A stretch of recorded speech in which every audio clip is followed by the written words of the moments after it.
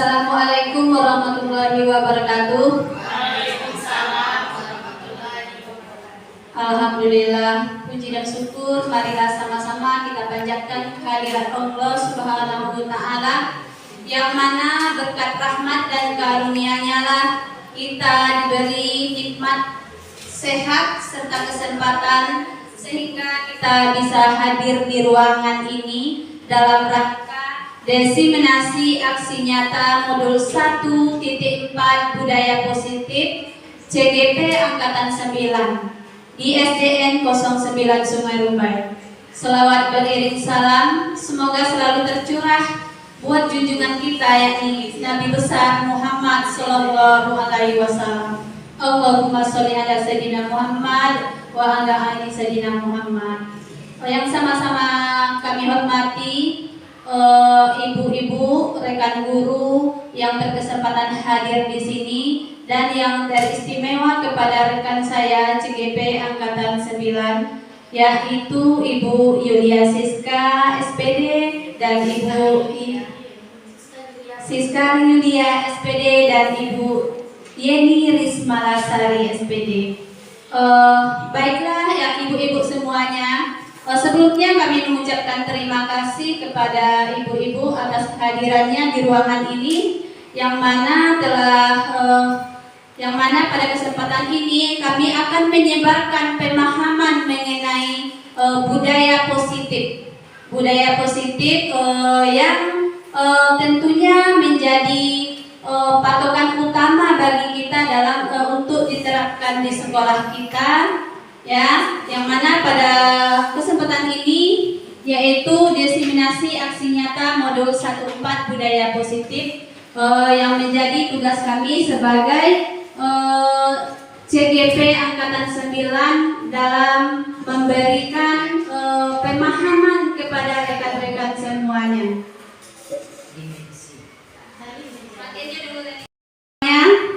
Di sini ada perubahan paradigma, yaitu kegiatan kepalan tangan. Ada A dan B, Anda dan teman Anda.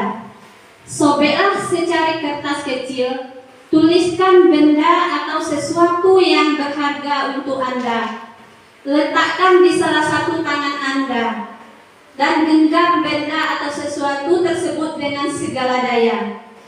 Buatlah sebuah kepalan. Kemudian teman Anda yang B akan mencoba dengan sekuat tenaga dengan berbagai cara untuk meminta Anda memberikan benda tersebut. B bisa membujuk, mengancam, menghardik, merayu, menyuap, apa saja agar dapat membuka kepala tangan Anda.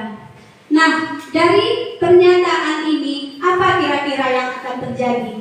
Yang mana kita sebagai A memiliki sesuatu yang berharga yang kita kepalkan di tangan kita. Nah, ternyata ada seseorang teman yang ingin mencoba merebut kepala tangan kita tadi. Nah, dari situ kira-kira kita di posisi A harusnya bagaimana?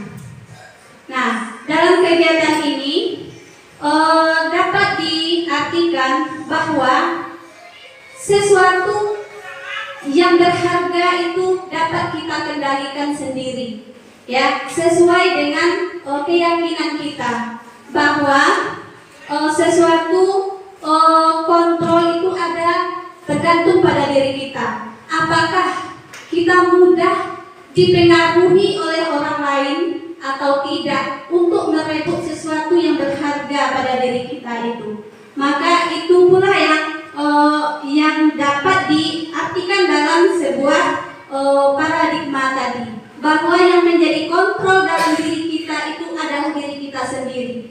Berarti kita bisa menanamkan keyakinan, nilai-nilai positif yang tidak mudah dipengaruhi oleh orang lain.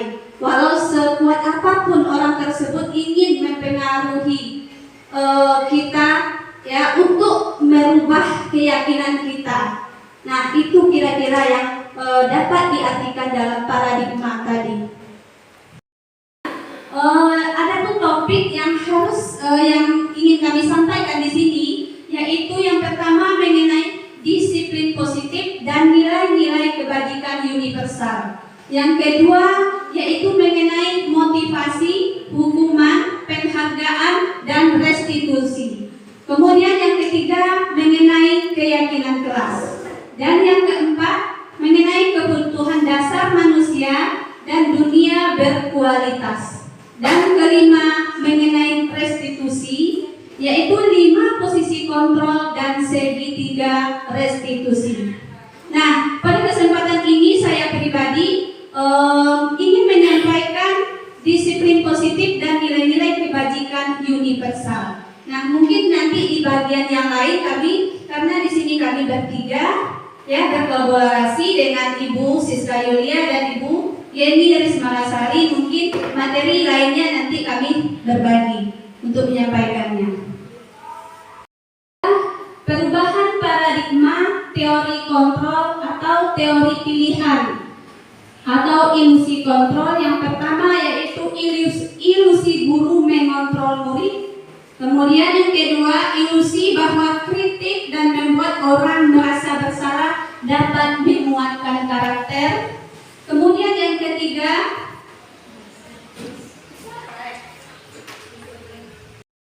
baiklah ibu-ibu semuanya, pada kesempatan ini yaitu saya ingin memaparkan materi mengenai perubahan paradigma teori kontrol, teori pilihan, ilusi kontrol.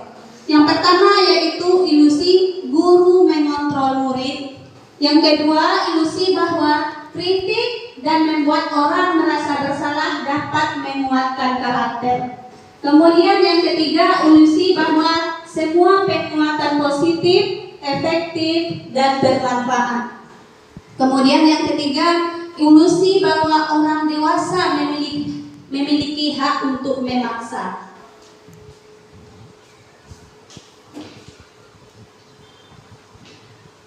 Nah, siapa sesungguhnya yang memiliki kontrol? Stimulus respon. Siapa sebenarnya yang memiliki kontrol? Stimulus, respon, dan teori kontrol atau pilihan. Kita mencoba mengubah orang agar berpandangan sama dengan kita. Nah, menurut teori kontrol, kita berusaha memahami pandangan orang lain tentang dunia. Kemudian, perilaku buruk dilihat sebagai suatu kesalahan.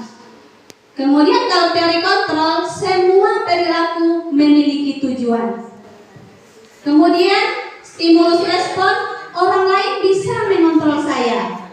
Kalau menurut teori kontrol, hanya Anda yang bisa mengontrol diri Anda. Kemudian saya bisa mengontrol orang lain. Menurut teori kontrol, Anda tidak bisa mengontrol orang lain. Kemudian stimulus respon, pemaksaan ada pada saat bujukan gagal. Kemudian menurut teori kontrol, kolaborasi dan konsensus menciptakan pilihan-pilihan baru.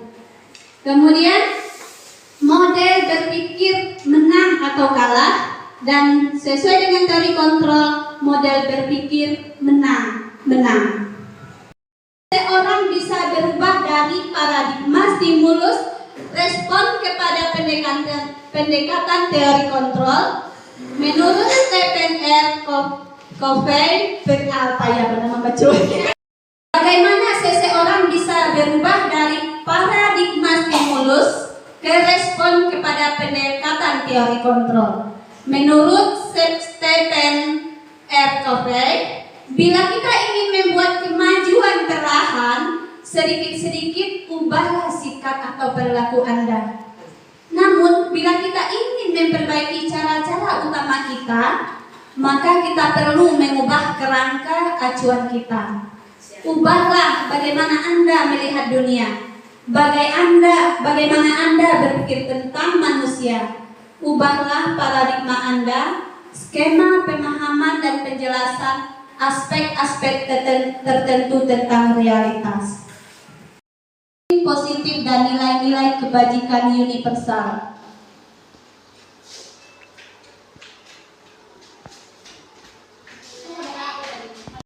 Kemudian mengenai nilai-nilai kebajikan universal, yang mana nilai-nilai kebajikan adalah sifat-sifat positif manusia yang merupakan tujuan mulia yang ingin dicapai setiap individu.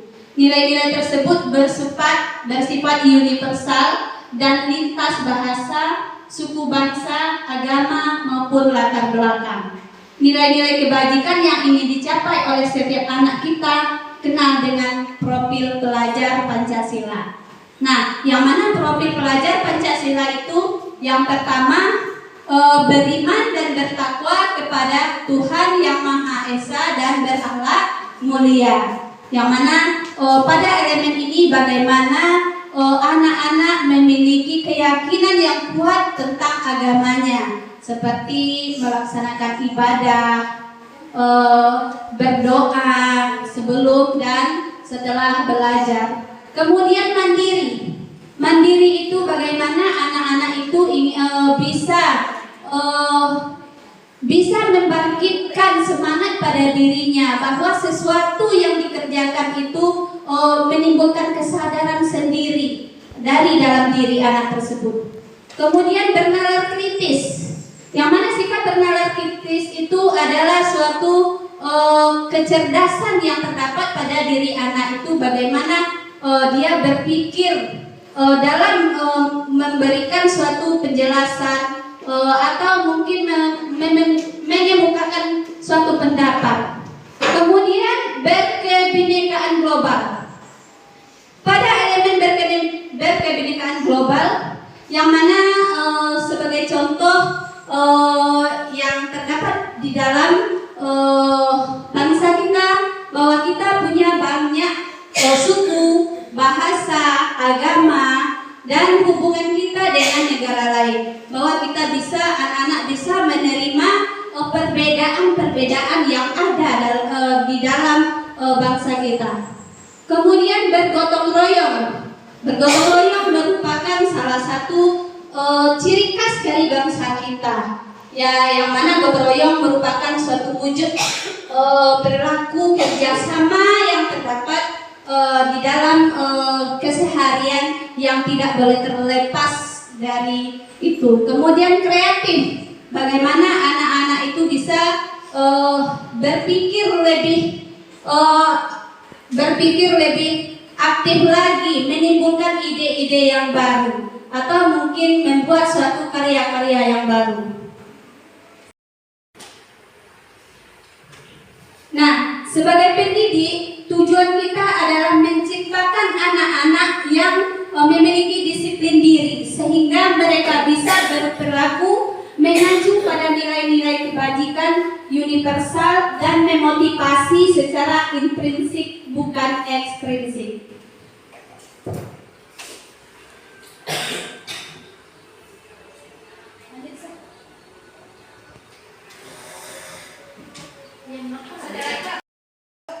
Materi selanjutnya yaitu 5 posisi kontrol yang umum terjadi. Yang pertama yaitu penghukum.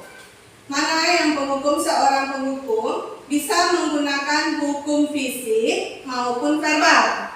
Orang-orang yang menjalankan posisi penghukum ini senantiasa mengatakan bahwa sekolah memerlukan sistem atau alat yang dapat lebih menekan murid-murid lebih dalam lagi. Yang menerapkan posisi penghukum ini akan berkata, patuhi aturan saya, atau awas, kamu selalu, pasti selalu yang terakhir selesai. Guru seperti ini senantiasa percaya hanya ada satu cara agar pembelajaran bisa berhasil, yaitu cara dia. Yang kedua yaitu pembuat merasa bersalah. Pada posisi ini biasanya guru akan bersuara lebih lembut. Pembuat rasa bersalah akan menggunakan keheningan yang membuat orang merasa tidak nyaman, bersalah, atau rendah diri. Kata-kata yang keluar dengan lembut akan seperti, ibu sangat kecewa sekali dengan kamu. Terus, berapa kali Bapak harus memberitahukannya? Contoh selanjutnya, gimana coba kalau orang tua kamu berbuat begini. Di posisi ini, murid akan memiliki penilaian diri yang buruk tentang diri mereka. Murid merasa tidak berharga dan telah mengecewakan orang-orang yang disayangi. Posisi kontrol selanjutnya yaitu teman. Guru pada posisi ini tidak akan menyakiti murid, namun akan tetap berupaya mengontrol murid melalui persuasi. Posisi teman pada guru bisa negatif ataupun positif. Positif di sini merupakan hubungan baik yang terjalin antara guru dan murid. Guru di posisi teman menggunakan hubungan baik dan humor untuk mempengaruhi seseorang. Mereka akan berkata, "Ayo bantulah demi Bapak ya. Ayo ingat, tidak." Contoh selanjutnya, ayo ingat tidak bantuan Bapak selama ini. Ya, sudah kali ini tidak apa-apa. Nanti Ibu bantu membereskannya. Hal negatif dari posisi teman adalah bila suatu saat guru tersebut tidak membantu, maka murid akan kecewa dan berkata, "Saya pikir Bapak atau Ibu teman saya." Murid merasa dikecewakan dan tidak mau lagi untuk berusaha. Memantau berarti mengawasi. Pada saat kita mengawasi, kita bertanggung jawab atas perilaku orang-orang yang kita awasi. Posisi pemantau berdasarkan pada peraturan-peraturan dan konsekuensi dengan menggunakan sanksi atau selanjutnya sebagai pemantau. Memantau berarti mengawasi. Pada saat kita mengawasi, kita bertanggung jawab atas perilaku orang-orang yang kita awasi. Posisi pemantau berdasarkan pada peraturan-peraturan dan konsekuensi. Dalam menggunakan sanksi atau konsekuensi, kita dapat memisahkan hubungan pribadi kita dengan murid. Sebagai seseorang yang menjalankan posisi pemantau ini, pertanyaan yang diajukan seorang pemantau adalah, peraturannya apa? Apa yang telah kamu lakukan?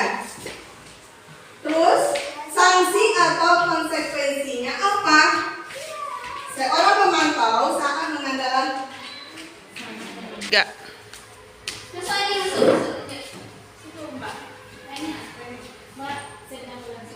baik ibu-ibu, posisi kontrol yang terakhir yaitu manajer. Posisi terakhir manajer adalah posisi di mana guru berbuat sesuatu bersama dengan murid, mempersilahkan murid mempertanggungjawabkan perilakunya, mendukung murid agar dapat menemukan solusi atas permasalahannya sendiri. Seorang manajer telah memiliki keterampilan di posisi teman maupun pemantau, dan dengan demikian bisa dijadikan di waktu-waktu tertentu kepada kedua posisi tersebut bila diperlukan. Seorang manajer akan berkata, apa yang kita yakini, kembali ke keyakinan ke kelas. Apa kamu meyakininya? Jika kamu meyakininya, apakah kamu bersedia memperbaikinya? Jika kamu memperbaiki ini, hal ini menunjukkan apa tentang dirimu. Apa rencana kamu untuk memperbaiki hal ini? Ini adalah posisi manajer. Baik Ibu, ini ada beberapa contoh perbuatan guru atau perkataan guru yang akan disampaikan kepada murid saat berlaku salah. Ini contoh penghukum. Guru berbuat menghardik, menunjuk-nunjuk, menyakiti, menyindir. Perbuatan orang merasa bersalah yaitu berceramah dan mengatakan seharusnya. Ibu kecewa. Kalau sebagai posisi teman, membuat alasan-alasan untuk murid. selanjutnya. Sebagai pemantau, menghitung dan mengukur. Sebagai manajer, mengajukan pertanyaan-pertanyaan yang menyangkut dengan keyakinan kelas.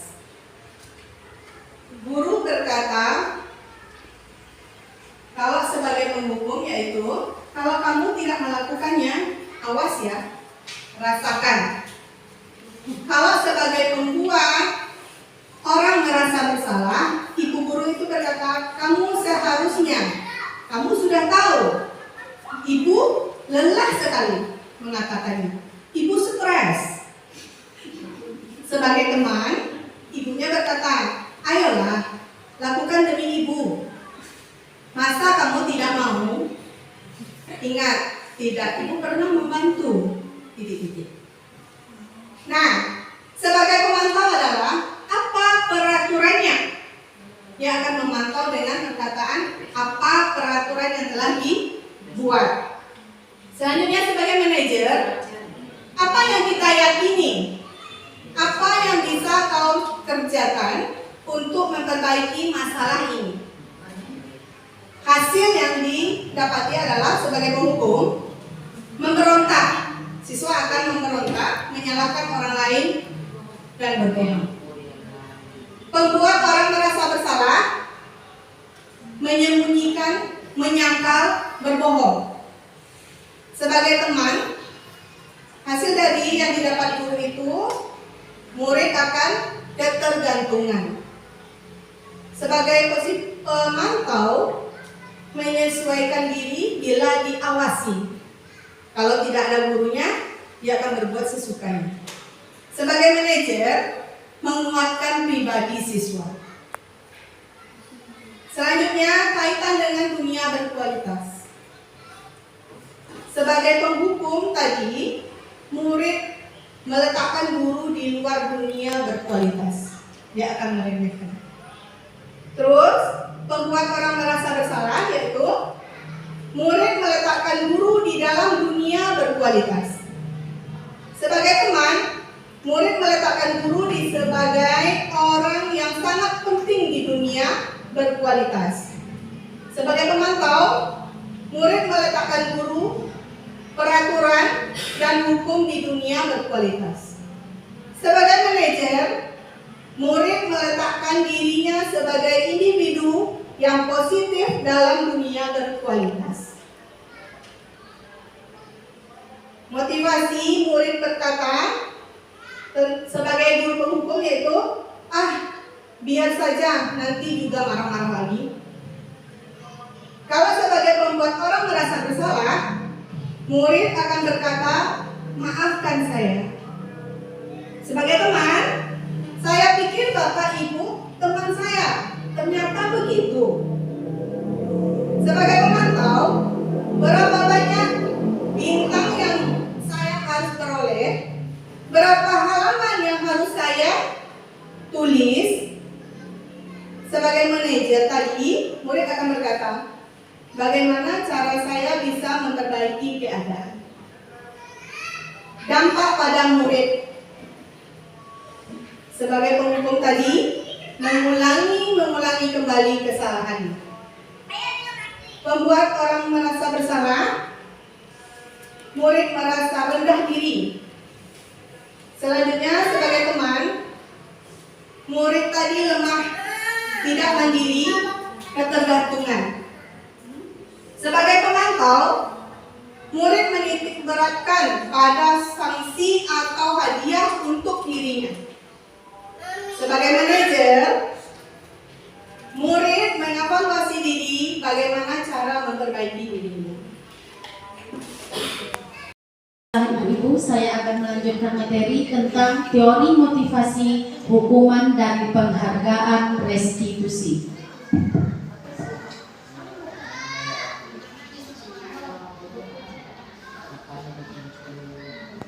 Teori motivasi dan perilaku manusia. 1. Untuk menghindari ketidaknyamanan atau hukuman, apa yang akan terjadi apabila saya tidak melakukannya? Itu termasuk motivasi eksternal atau dari luar individu. Yang kedua, untuk mendapatkan imbalan dari orang lain atau institusi. Apa yang akan saya dapatkan apabila saya melakukan? Itu termasuk motivasi eksternal. Yang ketiga, untuk menghargai diri sendiri, saya akan menjadi orang yang seperti apabila saya melakukan. Itu termasuk motivasi internal yang terjadi di dalam individu siswa tersebut.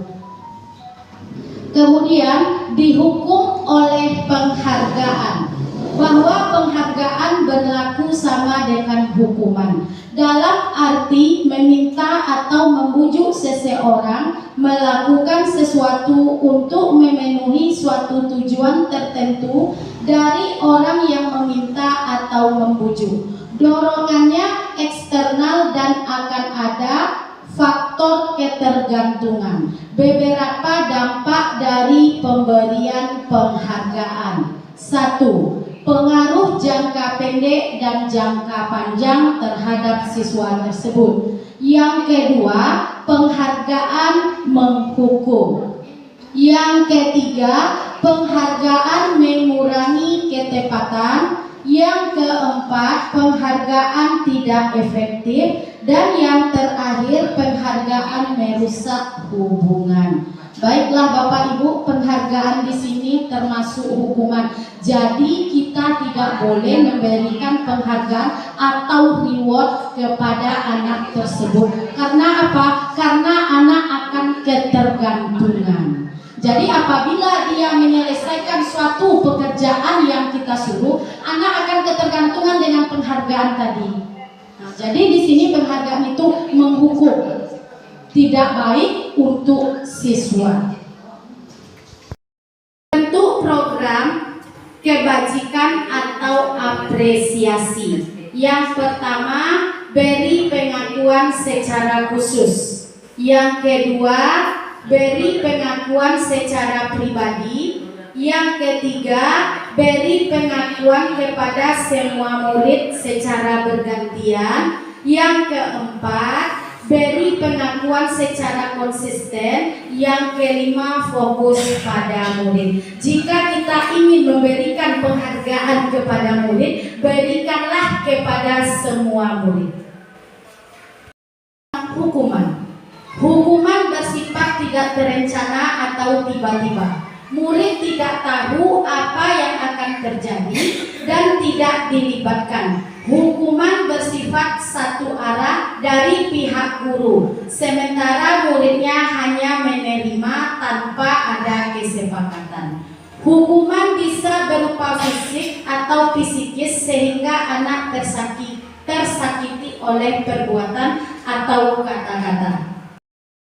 Sudah terencana atau disepakati, sudah dibahas dan disetujui oleh murid dan guru. Umumnya guru dan murid sudah mengetahui sebelumnya, tetapi murid tetap dibuat tidak nyaman untuk jangka waktu pendek.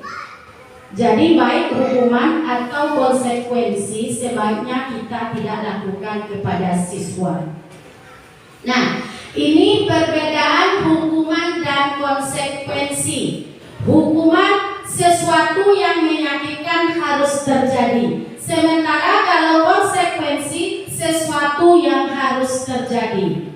Kemudian membuat anak sakit baik fisik maupun hati untuk jangka waktu lama. Sementara konsekuensi anak menghargai disiplin karena dia takut nanti kena hukuman. Yang berikutnya, anak membenci kedisiplinan. Sementara konsekuensi anak menghargai disiplin. Kemudian paksaan, konsekuensi stimulus atau tanggapan. Kemudian mendorong anak menyakiti diri sendiri. Konsekuensinya mendorong anak agar mudah menyesuaikan diri. Kemudian konsep diri yang buruk. Konsekuensinya konsep diri yang baik. Anak belajar untuk menyembunyikan kesalahan. Konsekuensinya, anak belajar untuk mematuhi peraturan. Kemudian untuk hukuman, marah, rasa bersalah, dipermalukan, merasa tak dihargai. Sementara konsekuensi kehilangan hak, dibuat tidak nyaman, diasingkan untuk sementara. Mencatat 100 kali di dalam buku kalimat "saya tidak akan terlambat lagi". Kira-kira hukuman atau konsekuensi, Ibu?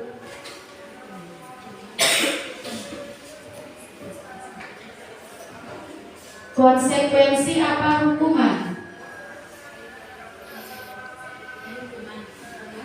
Coba ikat. Jawabannya hukuman. Hukuman ya. Yang kedua, lari mengelilingi lapangan basket 2 kali karena terlambat hadir di sekolah. Hukuman atau konsekuensi? Hukuman. Yang ketiga, murid diminta untuk push up 15 kali karena tidak menggunakan masker ke sekolah. Konsekuensi apa hukuman? Hukuman. Lanjut pertanyaan berikutnya, menggantikan kertas tugas teman yang telah dicoret-coret. Konsekuensi atau hukuman?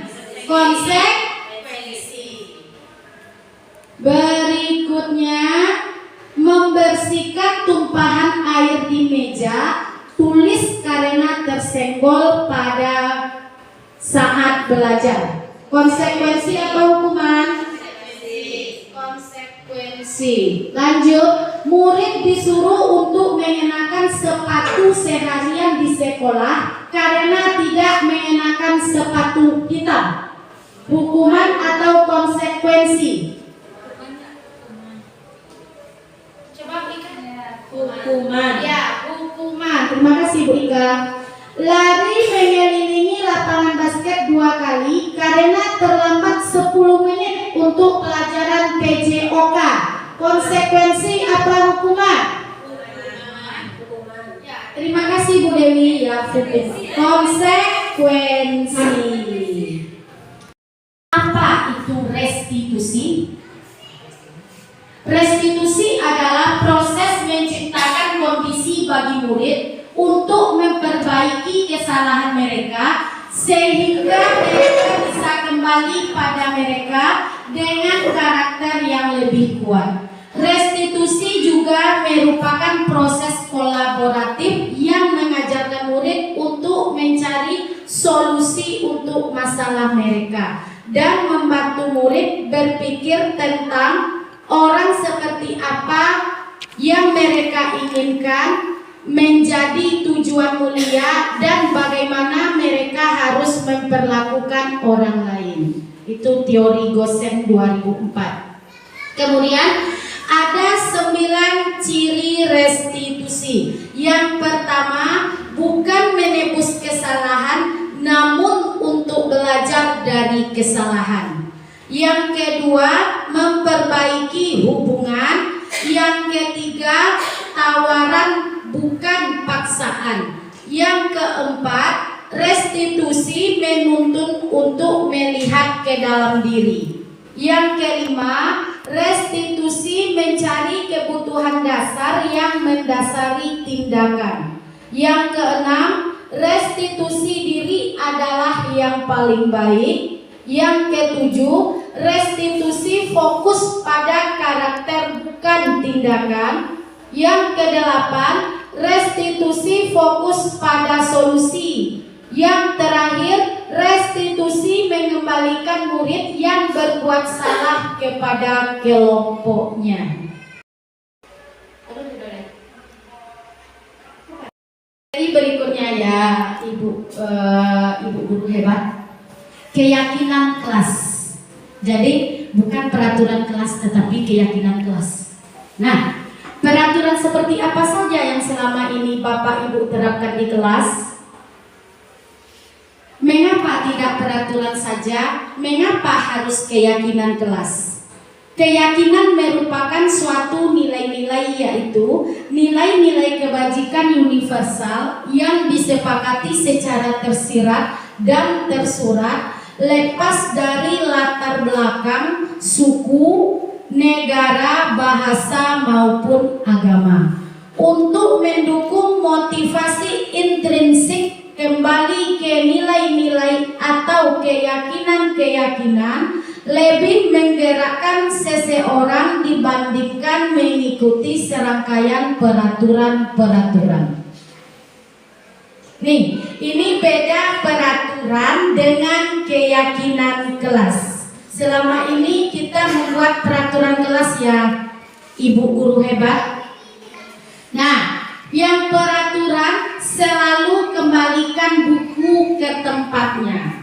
Kalau keyakinan kelas itu tanggung jawab. Kemudian yang berikutnya, dilarang mengganggu orang lain. Kalau keyakinan kelas menghormati orang lain. Yang peraturan, hadir di sekolah 15 menit sebelum pembelajaran dimulai. Keyakinan kelas, menghormati orang lain dan berkomitmen. Untuk peraturan, dilarang melakukan kekerasan. Keyakinan kelas, keselamatan dan menghormati orang lain. Kemudian untuk peraturan, dilarang menggunakan narkoba. Keyakinan kelas, kesehatan. Yang berikutnya, bergantian atau menunggu giliran. Untuk keyakinan kelas, menghormati orang lain, bersabar. Kemudian gunakan masker. Pada keyakinan kelas, kesehatan dan keselamatan. Dan yang terakhir, jangan berlari di kelas atau koridor. Kalau keyakinan kelasnya, keselamatan dan keamanan.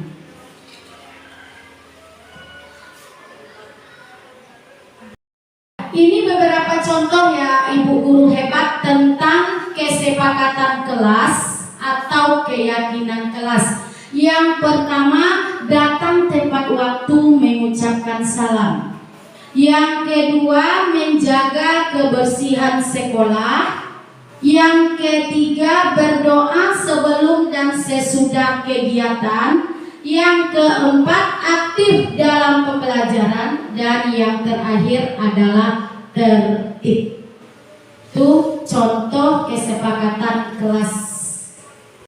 Kesepakatan kelas yang pertama, kami guru dan murid yang saling menyayangi. Yang kedua, kami murid yang semangat belajar. Dan yang ketiga, kami murid yang peduli dengan teman-teman. Ini salah satu contoh kesepakatan kelas yang bisa kita buat di kelas kita masing-masing ya Bapak Ibu guru hebat. Baiklah ibu-ibu semuanya, untuk materi berikutnya kita beralih ke segitiga restitusi, yang mana tadi sudah dijelaskan oleh Ibu Siska mengenai segitiga restitusi adalah suatu usaha untuk menstabilkan suatu keadaan dari suatu kesalahan menjadi cara kita untuk menemukan solusi. Nah, di sini ada gambaran mengenai segitiga restitusi, yang mana yang pertama yaitu menstabilkan identitas. Pada menstabilkan identitas ini misalnya kita menemukan kesalahan pada seorang anak, lalu kita tidak mengejar langsung anak tersebut, kenapa kamu harus begitu? Kenapa kamu seperti ini? Nah, dalam menstabilkan identitas ini, kita sebaiknya memanggil anak tersebut secara pribadi, tidak dalam keadaan ramai-ramai. Jadi kita panggil anak tersebut secara pribadi, apa yang membuat dia bisa berlaku seperti itu. Misalnya yang pertama kita panggil misalnya seorang anak yang ketiduran di kelas, lalu kita panggil, lalu kita tanyakan alasan kita kepada dia. Kamu tahu kenapa alasan alasannya Ibu panggil ke sini. Nah, jadi ada kata-kata itu yang mendinginkan hati mereka, yang tidak membuat mereka merasa takut bila dipanggil. Jadi kalau biasanya, kenapa kamu seperti itu? Nah, mungkin itu yang sering terjadi pada diri kita kalau anak itu melakukan kesalahan. Tapi kita panggil secara pribadi, kita berhadapan berempat, ya kan? Berdua, 4 mata. Jadi kita tanyakan, tahu nggak alasan kenapa Ibu panggil ke sini? Mungkin anak itu merasa tersadar langsung dengan kesalahannya. Tahu Bu? Nah, lalu kita tanyakan, emang apa yang kamu lakukan tadi? Nah, kita tanyakan kembali seperti itu. Jadi kita bisa mendinginkan suasana, membuat mereka tidak merasa bersalah. Jadi dia langsung tersadar dengan apa yang telah kesalahan yang telah ia lakukan. Kemudian untuk yang berikutnya, validasi tindakan yang salah. Nah, dalam validasi tindakan salah itu kita menanyakan apa-apa saja memangnya kesalahan yang telah dia buat. Lalu dia mengakui kesalahan-kesalahan itu kepada kita secara langsung. Jadi otomatis anak-anak yang kita tanya itu tidak mengelak. Jadi apa yang menjadi kesalahannya itu. Kemudian keyakinan, menanyakan keyakinan. Karena kita sudah sepakat membuat suatu keyakinan di kelas, lalu dari kesalahan tadi kita bisa bertanya langsung kepada anak itu. Kira-kira kamu tahu kan apa yang menjadi keyakinan kelas kita? Nah, kalau dia memang sudah tahu, berarti dia berpedoman. Oh iya, apa yang telah dia buat tadi tidak sesuai dengan keyakinan kelas atau kesepakatan kelas yang telah dibuat oleh bersama-sama. Berarti dia sudah merasa sudah melanggar suatu keyakinan kelas yang telah dibuat tadi. Menstabilkan identitas. Jadi untuk membuat anak merasa gagal karena berbuat salah menjadi positif terhadap dirinya. Nah, contohnya berbuat salah itu hal yang manusiawi. Jadi kita tidak langsung menjadi kamu sudah salah seperti ini. Nah, jadi kita bisa memberikan kata-kata yang lembut, yang bagaimana kata-kata yang mendinginkan hatinya, mendinginkan suasana. Berbuat salah itu hal yang manusiawi. Kemudian tidak ada manusia yang sempurna. Bapak Ibu juga buat salah, kita pasti bisa menyelesaikan permasalahan ini. Nah, jadi dibuat kata seperti itu, kita pasti bisa menyelesaikan permasalahan seperti ini. Tindakan yang salah tadi, misalnya kamu bisa kan melakukan hal yang lebih buruk, tapi kamu tidak melakukannya, Nah, kemudian kamu pasti punya alasan mengapa melakukannya. Contohnya tadi saya pernah menangani suatu masalah di kelas. Ada anak-anak yang ada seorang anak yang mengantuk di kelas, yang suka mengantuk. Dan saya menanyakan seperti itu, kenapa alasannya kamu sering mengantuk di kelas? Nah, jadi dia menceritakan apa yang menyebabkan dia mengantuk itu. Dia menceritakan secara rinci. Mungkin karena main HP, sering main HP atau tidur terlarut malam sehingga dia mengantuk di kelas. Nah, jadi kita tanya apa alasannya yang membuat dia sering tertidur di kelas tersebut. Yang telah disepakati di dalam kelas kita. Contohnya, apa nilai yang kita percaya di kelas atau sekolah kita? Nah, misalnya nilai-nilai universal yang telah kita sepakati. Lalu nanti anak menjawab, iya Bu, kalau guru berbicara kita memperhatikan misalnya kalau dalam belajar harus fokus ya. Jadi anak ingat dengan keyakinan yang telah kita buat bersama, sehingga anak tersadar langsung atas kesalahan yang telah dia buat tadi. Kemudian kelas yang ideal itu seperti apa sih? Nah, kita bisa bertanya seperti itu. Seperti apa kelas yang ideal itu? Lalu dia teringat lagi apa yang sudah menjadi keyakinan atau kesepakatan kita bersama di kelas. Kemudian, kamu ingin jadi anak seperti apa? Nah, itu salah satu contoh pertanyaan yang bisa kita ajukan kepada anak-anak tadi yang merasa telah melakukan suatu kesalahan. Nah, kamu ingin jadi anak seperti apa? Lalu dia nanti bisa berpikir, oh iya, aku ingin seperti ini, gak mungkin aku melakukan seperti ini lagi. Nah, itu. Jadi ini ibu-ibu praktek restitusi yang telah saya cobakan di kelas saya, yang mana saya menemukan suatu permasalahan seorang anak yang sering tertidur saat proses belajar mengajar di kelas.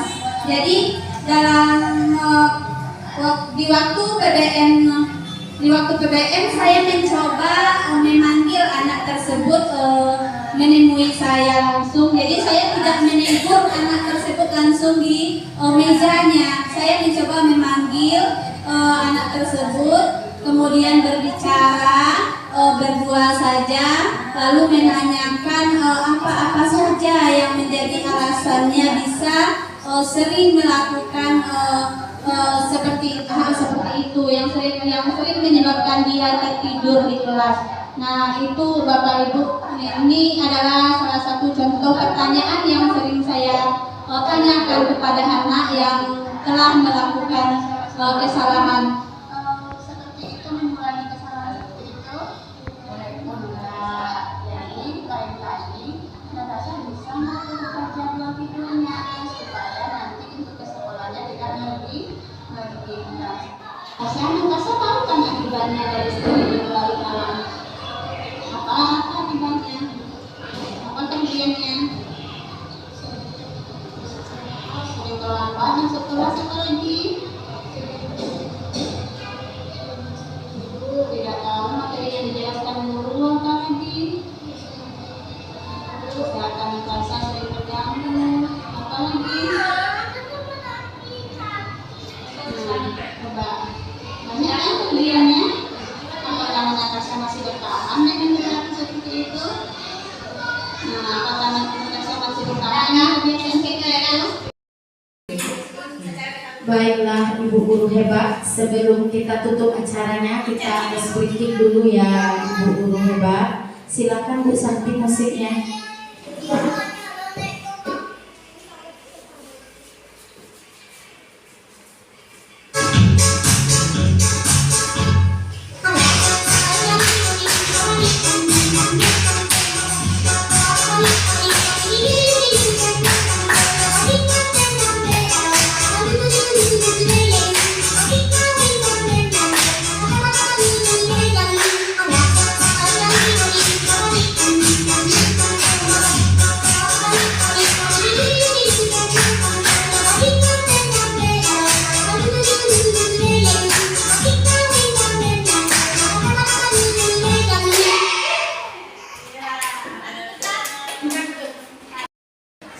Baiklah Bapak Ibu semuanya, itu tadi pemaparan kami mengenai pemahaman tentang budaya positif. Semoga apa yang telah kami sampaikan tadi bisa diambil positifnya dan dibuang negatifnya, dan bisa kita terapkan dalam kegiatan kita sehari-hari dalam PBM.